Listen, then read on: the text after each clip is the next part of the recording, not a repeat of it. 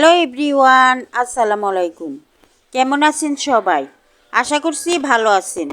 আজকে আমার রেসিপি হলো লাল শাক ভাজি। আশা করছি রেসিপিটি আপনাদের ভালো লাগবে।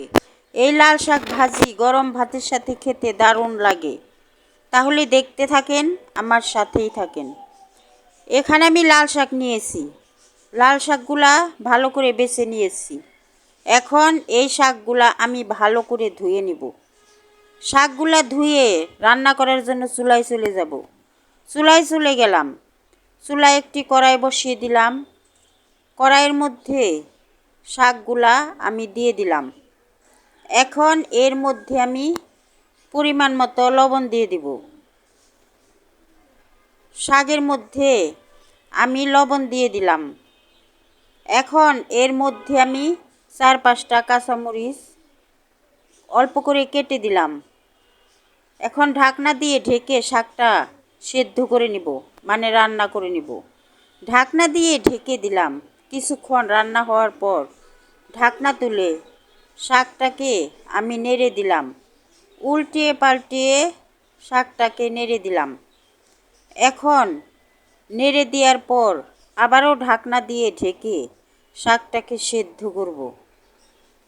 আবারও আমি শাকটাকে ঢাকনা দিয়ে ঢেকে দিলাম।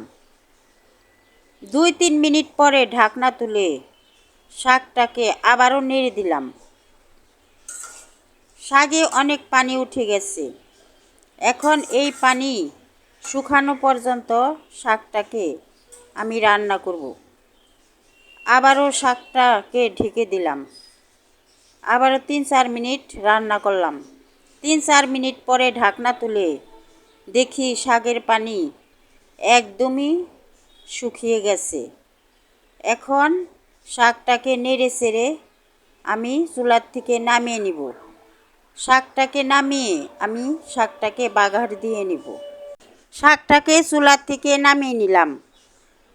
চুলায় আবারও প্যান বসিয়ে দিলাম। প্যানে আমি তেল দিয়ে দিলাম। এখন এর মধ্যে পেঁয়াজ আর রসুন কেটে রেখেছি, তা দিয়ে দিব। পেঁয়াজ রসুন দিয়ে দিলাম। এখন পেঁয়াজটা আমি ভেজে নিব। পেঁয়াজটা বাদামি কালার করে ভাজবো। শাকের বাঘারের পেঁয়াজটা বাদামি কালার করে ভেজে নিতে হয়। আমি পেঁয়াজটাকে বাদামি কালার করে ভেজে নিব। এখন পেঁয়াজটা ভেজে নিচ্ছি। পেঁয়াজটা প্রায় আমার ভাজা হয়ে গেছে। এখন পেঁয়াজটা আমার ভাজা হয়ে গেছে, লালচে কালার এসে গেছে। এখন এর মধ্যে যে শাকটা আমি সেদ্ধ করে রেখেছি তা দিয়ে দিলাম। শাকটা সেদ্ধ করে পেঁয়াজ আর রসুনের সাথে দিয়ে দিলাম।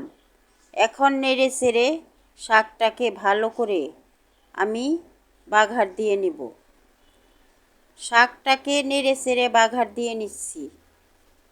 লাল শাকে পেঁয়াজ আর রসুনটা বেশি পরিমাণে দিলে খেতে ভালো লাগে। আমি লাল শাকটা বাঘার দিয়ে নিলাম। এখন চুলার থেকে নামিয়ে নিব। চুলার থেকে আমি লাল শাকটাকে নামিয়ে নিলাম। এখন লাল শাকটা ফ্রিজে বেড়ে নিলাম। এইভাবে লাল শাকটা রান্না করে, মানে ভেজে খেলে দারুণ লাগে। যদি আমার রেসিপিটি আপনাদের ভালো লাগে তাহলে আমাকে একটা লাইক দিয়ে সাবস্ক্রাইব করে আমার পাশে থাকবেন। আল্লাহ হাফেজ।